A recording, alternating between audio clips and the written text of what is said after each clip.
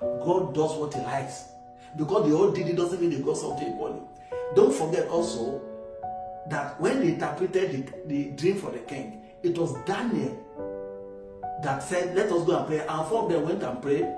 And God revealed that dream to Daniel, and then went and told the king, and the king lifted up Daniel. He did not lift the other three up. God didn't say he must lift the other three. It was Daniel that spoke to the king on that behalf, and they were lifted. Don't also forget these three good brothers. They were the ones that refused to enter the furnace. That means there are people who sought righteousness. What can be higher than that?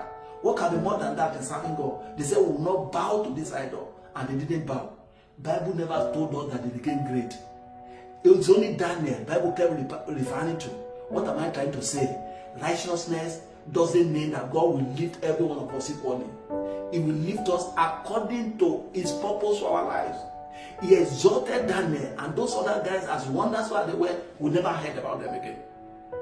That means they were not that great in Babylon. If they were that great, we'll have been hearing about them too. They might be great a little, but not as great as Daniel. Far from Daniel in greatness. What am I saying? That God has lifted you doesn't mean that's how God lifts everybody who is righteous. And that God has lifted you doesn't mean you are more righteous than those people God has not lifted. It's based on what God wants to do with your life.